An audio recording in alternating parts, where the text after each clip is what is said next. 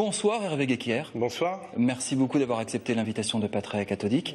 Journaliste, ex-otage en Afghanistan, vous avez publié votre livre 547 jours chez Albin Michel. On va en parler. Hervé Guéquière, j'ai envie que vous me fassiez une petite traduction. Qu'est-ce que ça veut dire, Mosakrat Chorou et Mosakrat Kalas? Khalas. Qu'est-ce que ça veut dire? Kalas, mais Khalas.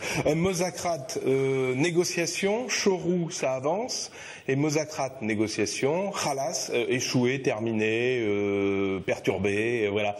Et c'était les trois mots qui nous... Vous avez passé un an et demi avec ça en tête. Voilà. C'est-à-dire où en sont les négociations. Parfois on avait des informations, parfois on avait des informations tronquées, parfois on était totalement perdu. Les 4-5 derniers mois, bizarrement, on était très perdus. Et tout s'est reconstitué à la sortie. Bon, au début, il y a 15 jours de mise en marche. Ensuite, très vite, d'ailleurs, j'ai un rendez-vous téléphonique avec un agent de la DGSE. Donc, ça veut dire qu'il y a déjà eu une négociation entre les talibans. Ça, c'est l'une des infos passionnantes qu'on apprend là-dedans. C'est que vous êtes en contact avec des agents secrets qui, de temps en temps, arrivent à vous appeler. Deux fois. C'est pas arrive, c'est une négociation. C'est-à-dire qu'on part dans la montagne, on marche pendant plusieurs heures. Enfin, la première fois pendant une petite heure et la deuxième fois une partie de la nuit. Pour changer de réseau de portable, parce qu'on vit au Moyen-Âge, en Capissa, en Afghanistan, mais il y a le portable. Donc oui, toujours Mosakrat, les négociations, c'est un truc mais on pensait ça toute la journée, du premier jour, j'ai même envie de dire de la première minute à la dernière minute. Ça veut dire que les négociations, c'est très long, souvent plusieurs canaux. Et là, je pense aux otages qu'il y a en ce moment français. Oui. Il y en a 8, dont 6 aux mains d'Al-Qaïda au Maghreb islamique. Et si c'est si long, c'est que c'est compliqué. Parce que vous savez, les autorités françaises, que ce soit Nicolas Sarkozy ou François Hollande, ils veulent les sortir. C'est pas n'importe quel prix. Parce qu'évidemment, il y a des revendications délirantes. Beaucoup d'argent. Là, c'était en gros, fallait libérer des talibans. Puis il y avait une rançon entre 4 et 10 millions de dollars. On ne sait pas vraiment. Oui, alors c'est-à-dire au début, il y avait 3 choses. Il y avait partir d'Afghanistan tout de suite. Il fallait enlever les soldats français. Ça, c'était pas possible. Pas de négociation possible. Ensuite, une centaine de prisonniers talibans échangés contre nous trois, c'est-à-dire Reza, notre traducteur, Stéphane Taponnier, le journaliste caméraman, et moi-même. Et puis, alors on n'a jamais su, 10 millions de dollars, 10 millions d'euros. C'est descendu à 4. C'est descendu, à mon avis, entre 1 et 4 millions d'euros, selon les sources que j'ai, mais on n'aura jamais... L'argent, on sait faire, c'est ce que vous a dit Nicolas Sarkozy. Deux fois, une fois aux familles, une fois à moi. Alors que le dogme officiel, c'est de dire qu'il n'y a pas d'argent, parce que ça pourrait créer des vocations. Ce qui est un peu vrai, ce qui est faux aussi. Parce qu'en même temps, si vous voulez, qui c'est qui reçoit l'argent? Celui qui reçoit connaît la somme. Et il le dit à ses petits copains, sachez-le. Donc, à mon avis, ACMI savent très bien combien donnait l'État français pour nous. Vous, sur place, vous avez été déplacé de planque en planque. Vous vous êtes mis à découper des rideaux. Oui, non, mais c'est-à-dire qu'on n'a pas grand-chose à faire. On a peur pour soi, on a peur pour sa vie. Non, pas découper des rideaux, c'est-à-dire mais c'était quoi cette histoire où, pour passer le temps, vous découpiez des rideaux, vous enleviez le fil des rideaux? C'est-à-dire qu'il y avait plein de franges, genre c'est peut-être mon petit côté un peu maniaque, j'aime bien les choses bien rangées, etc. Et Stéphane était en train de faire ses exercices. Ce matin-là, on devait être au 14e mois à peu près de captivité en février 2011. Et Stéphane était en train de faire ses exercices, il me parlait pas, il était concentré. Moi, je m'ennuyais à mourir. Et je vois ces franges, j'avais des petits ciseaux que j'avais demandé à notre geôlier taliban. Je suis allé couper les franges du rideau qui nous isolait. Ce rideau servait à nous isoler pour les toilettes, figurez-vous. Et donc j'ai coupé les franges et Stéphane m'a dit mais t'es complètement dingue, tu deviens complètement dingue. Et on a commencé vraiment à se disputer là-dessus parce qu'il m'a dit mais tu deviens fou, t'es un grand maniaque. Et vous voyez comme quoi un petit détail de la vie courante peut engendrer dans cette captivité, dans ce huis clos, une folie. Et on s'est fait la gueule. Vous aviez l'impression de devenir fou ? On s'est fait la gueule pendant 3-4 heures. Vous aviez vraiment l'impression de devenir fou ? Fou non, mais parfois déraisonnable. Oui, couper des franges de rideau quand on a... On a envie de se couper autre chose que les franges de rideau ? Non, jamais. Moi, je ne connais aucun otage dans l'histoire des otages, et Dieu sait si elle est longue, des otages qui se sont supprimés, qui se sont suicidés pendant la prise d'otage.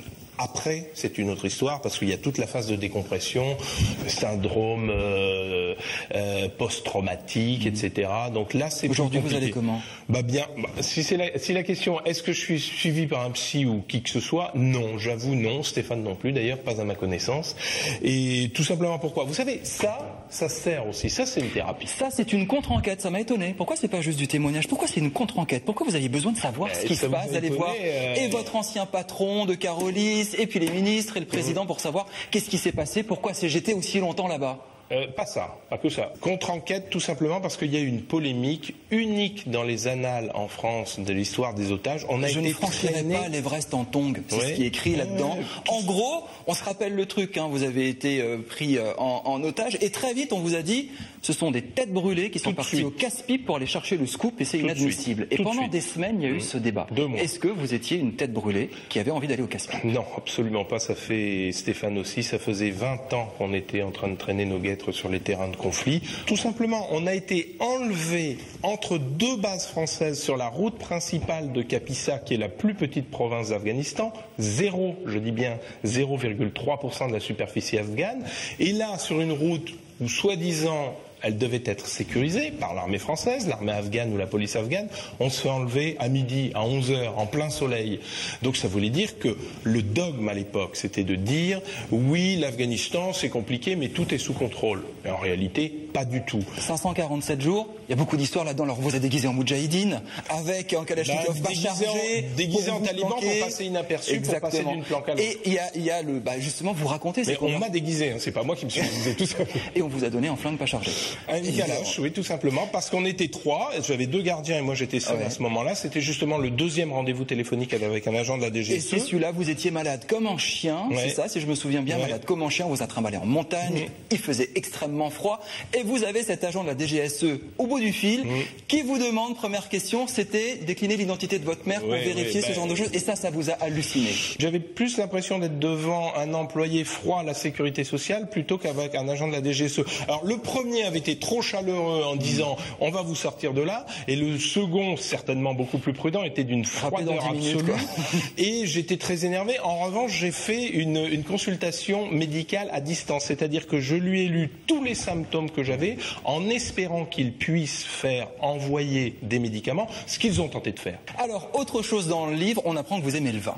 Oui. On apprend que vous adorez le vin et que vous avez passé beaucoup de temps, justement, et que vous avez appris le bon vin à votre copain Stéphane pendant que vous étiez en Afghanistan. Je lui ai fait un petit guide, Alors vous avez fait un guide. Alors je vous cite, c'est vos coups de cœur de Bandol, votre penchant pour le Médoc et surtout votre extase devant en Grande Alsace. C'est ce que vous écrivez.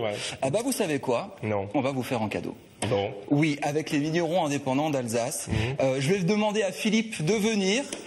On va vous offrir quelques bonnes bouteilles de Grand d'Alsace. Je tiens à saluer Eliane Ginglinger à Wödlichshofen. Voilà, Philippe. Alors, il y en a quelques autres. Vous pouvez la prendre. Vous pouvez la prendre, Hervé. Il y en a quelques autres comme ça qui vous attendent. C'est Eliane Ginglinger à Wödlichshofen. Salut Eliane qui a répondu tout de suite. Et en plus, elle a ramené des copains. Alors, il faut que je les cite quand même parce qu'ils ont fait un super effort. Je me ferai un plaisir de la déguster. Merci beaucoup. Alors, il y a la maison d'Iringer, Runer, Schwar, Blumstein, Bernard. Bref, les vignerons indépendants ont tout de suite dit, il y a Hervé Guéquier, on va lui offrir quelques bouteilles. Elles vous attendent à côté du studio. Voilà, c'était en cadeau comme ça pour ces Grands d'Alsace. Merci.